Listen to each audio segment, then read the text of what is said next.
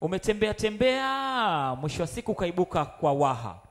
Umegundua Waha nao ni watu aina gani? Watoto wa kike wa Kiha, wao wenyewe wana sifa gani nzuri kupitia mke wako kipenzi Esther? Waha hoye! Waha safi! Waha tutakutana wakati wa burudani kidogo. Msikiliza maneno mazuri kutoka kwa Esther, binti wa Kiha hapa. Akisifiwa vizuri na mume wake Isaac. Mambo haya. Wape ombea kidogo.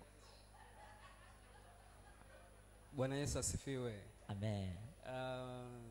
Kitu ambacho nakifahamu kwa habari ya mabinti wa Kiha ni cha kwanza, kwa namna ambavyo mimi nime experience na kukaa nao, ni watu waaminifu. Hicho cha kwanza. Amina sana. Ni waaminifu, lakini pia akikupenda amekupenda kweli. Wow. Lakini pia kitu kingine ni watu ambao wana misimamo.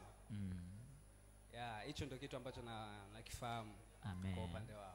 Amina sana. Makofi mengi mazito tena kwa Esther hapa. Naam, usiku leo naye zungumza naye chochote mbele ya laiki. Ahidi chochote ambacho naweza ulikuwa umeplani kuahidi au kumwambia katika usiku mzuri wa leo, usiku wenu. Karibu sana. Kitu yani ni kama naweka msisitizo tu, lakini anajua anampenda, amen, namjali, na kati ya vitu ambavyo nimekuwa nikimwahidi kila siku ni kutokuwa sababu ya yeye kuja kupata aibu. Hiyo tu. Amen. Na usiku wa leo umetutoa kimasomaso. Waha Wasambaha, piga kelele. Wasambaha tupo. Wasambaha tupo. Waha tupo. Wasambaha nione mikono juu ya upendo namna hii. Wasambaha mikono juu, mikono juu, mikono